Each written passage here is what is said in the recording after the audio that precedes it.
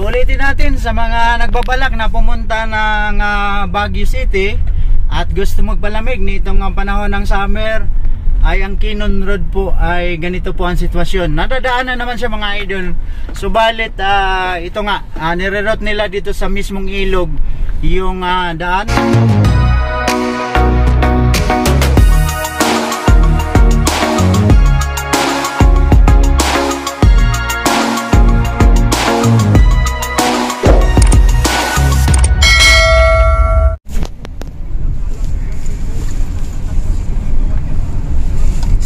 Ito po yung nangyari sa amin dito sa may Kinon Road mga idol, mga kabayan.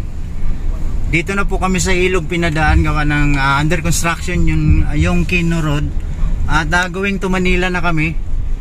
So hindi namin alam kung kakayanin to dito ng aming sasakyan na Estaria. Yun na Estaria. Pero kaya daw, sabi nung taga-taas.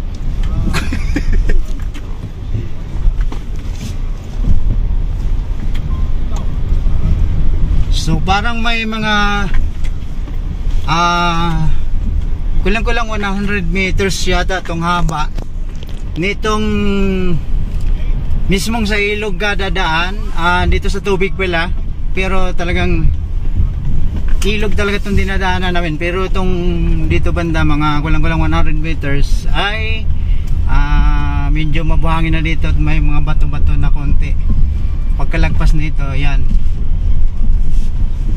So yun lang, at nakita natin, parang nasilip ko na sa unahan mayroon pa rin yun. So ito nangyari sa amin ngayon, pauwi na kami ng Metro Manila. Ano ba yan? Dito kasi kami tinuro ni Google Map. Kahapon ay sa Marcos Highway tayo pinadaan ni Google Map. Subalit ngayon tinamad na yata siyang magpa Marcos Highway sa amin. Dito na kami tinuro.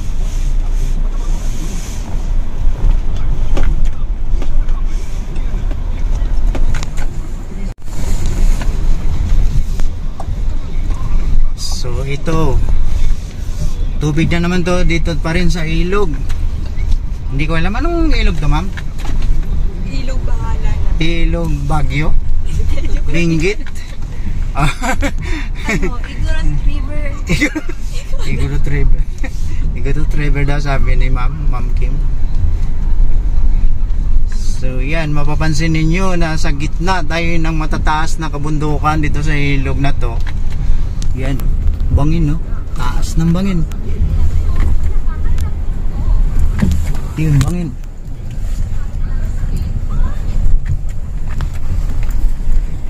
Sa bandang kanan bangin pa rin.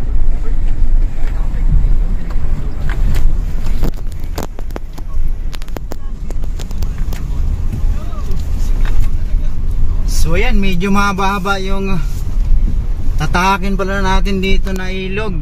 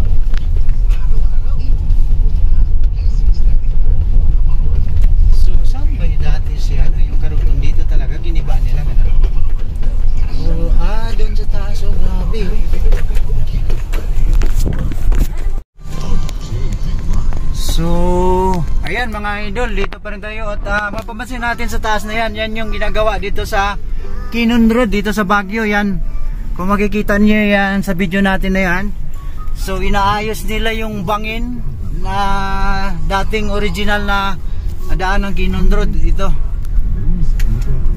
So kaya lahat ng sasakyan na pa Maynila at pati na rin yung paakyat ng Baguio ay dito na pinadaan nila sa ilog.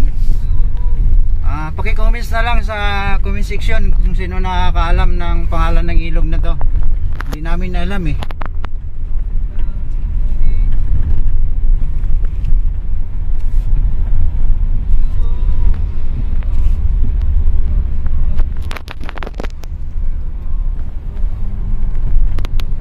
Hindi. Alright, so ayan mga idol, magandang araw nga pala sa inyo. Pasensya na, ngayon lang tayo mag-i-intro. Sa sobrang excited at sa sobrang nasurpresa tayo bakit ganito yung dinaanan natin, ay nakalimutan ko. Nakakatawa. Excuse me. Sorry po, sorry. So ito nga, ito yung sitwasyon ngayon dito sa Kinon Road.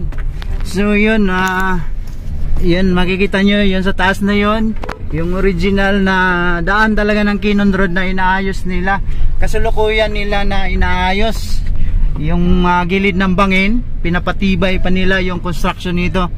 So kaya lahat ng papuntang Maynila at paakyat ng Baguio City ay dito muna nila nire-route sa ibaba sa mismong ilog nitong ilog na to. Gaya ng sinabi ko kanina, kung sinong nakakaalam sa pangalan ng ilog na to, paki-comments na lang po. At hindi po namin alam, hindi natin alam yung pangalan ng ilog na to. Ito ay dito sa ibaba mismo ng Kinon Road. Wow.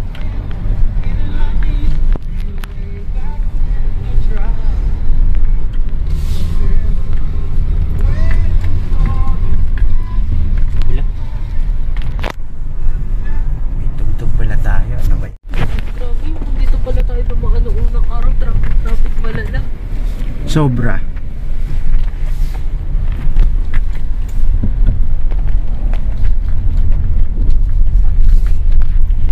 So ulitin natin sa mga nagbabalak na pumunta ng Baguio City at gusto magpalamig nitong panahon ng summer, ay ang Kinon Road po ay ganito po ang sitwasyon. Nadadaanan naman siya mga idol.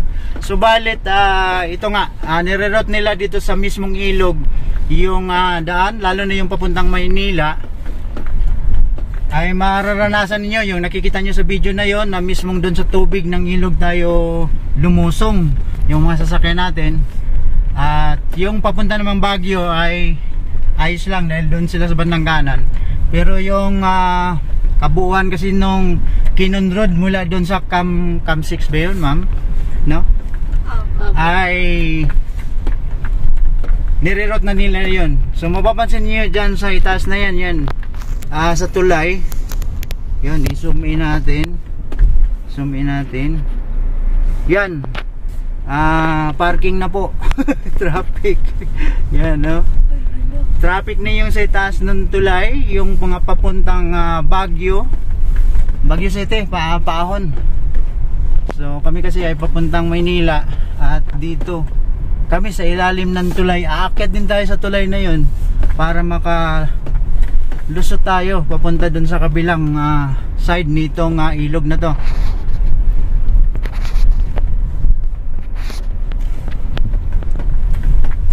So yan yung sitwasyon ngayon dito, mga kaibigan, mga idol. Ito yung mararanasan mo dito pag dito kayo dumaan sa Kinon Road. So mas maganda doon na kayo sa Marcos Highway para walang ganito, diretso.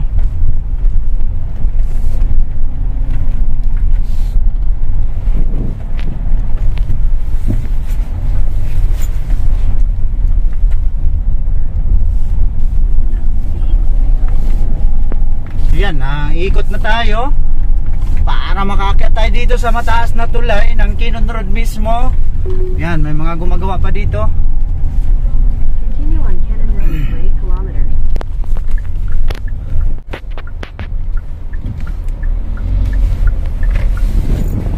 Alright. So ayan, bigayan ng sistema dito. Yung mga papuntang Baguio yan, yung nakikita nyo na medyo mahaba na ang pila yan. Yan yung mga paon ng Baguio mga idol. Galing sila ng mga siguro Maynila o sang parte ng Luzon. So kami ay ito na. Lalabas na kami. Mag-umpisa na kami dito sa magandang daan. Yan. So yun yung karanasan natin dito sa Kinon Road mga idol. Alright, so ayan, sana napagbigay tayo ng dagdag kaalaman sa ating lahat ng mga kababayan na gustong magpalamig sa Baguio. At yung mga galing Baguio naman na gustong bumaba ng dito sa ibaba sa papuntang Maynila. So yun po yung actual na sitwasyon ngayon. Yun nga, sana mapanood nyo itong video ko na to para maiwasan na ninyo yung ganun ka hirap na daan. Pero medyo maiksi lang naman yun. Siguro may 1 kilometro kaya yun. Siguro mga siguro nun, mga 1 kilometers, ganun. At ayun na, ito na. Balik na tayo sa maayos na daan. Alright, so sana may natutunan kayo sa video ko na to. Maraming salamat sa inyong panonood. And God bless po sa inyo. Sa hindi pa pala nag-subscribe sa aking channel, paki-subscribe na lang po at paki-like, paki-share at paki-pindot na rin ating notification bell para mag-updated kayo sa mga susunod ko pang video. Okay, bye-bye. Hanggang sa susunod ko mga video. Maraming salamat. God bless po. Our hearts beat to the city streets. We began to feel the fire. We rise like tall buildings as the chemicals they take us higher. The night's young, it has just begun as she puts her hand in mine.